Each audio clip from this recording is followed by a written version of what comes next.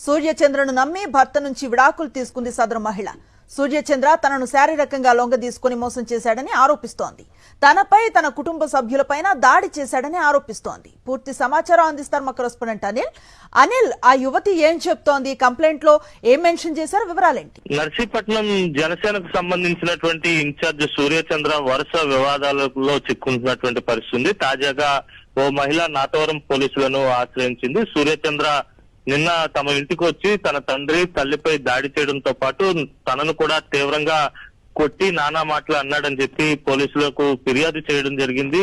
గతం నుంచి కూడా తనను ప్రేమిస్తున్నానని చెప్పి వేధించేవాడని, అందుకు కారణంగా భర్త గతంలో ఉన్నటువంటి భర్తకు కూడా విడాకులు ఇప్పించాడని చెప్పి ఆమె ఆ ఫిర్యాదులో పేర్కొనడం జరిగింది. ఉద్దేశపూర్వకంగా పెళ్లి చేసుకుంటానని నమ్మించి భర్తతో విడాకులు ఇప్పించి ఇప్పుడు పెళ్లి చేసుకోకుండా చిత్రహింసలకు గురి చేస్తున్నాడని చెప్పి పోలీసులకు ఫిర్యాదు చేయడం జరిగింది. అయితే పోలీసులు ఇంకా కేసు నమోదు చేయలేదు. వాస్తవాలకు సంబంధించినటువంటి విచారణ చేపడుతున్నటువంటి నేపథ్యం కూడా కనిపిస్తుంది. గతంలో కూడా ఆ జనసేన పార్టీ కార్యాలయంలోనే మద్యం సేవిస్తున్నటువంటి ఫోటోలు కూడా ఈ సూర్యచంద్రవి బయటకు వచ్చాయి. అప్పుడు కూడా ఆయన చుట్టూ వివాదం చెలరేగింది. మరోసారి సూర్యచంద్ర వివాదాల్లో చిక్కున్నారు. జనసేన పార్టీకి సంబంధించి ఓ నియోజకవర్గ ఇన్ఛార్జ్ గా ఉంటూ మహిళను అత్యంత హింసించడం, అలాగే వారి కుటుంబ సభ్యులను కూడా కొట్టడం, వారిని కూడా హింసించడం అనేది అత్యంత దారుణమైన విషయంగా స్థానికంగా అంతా కూడా తీవ్రమైన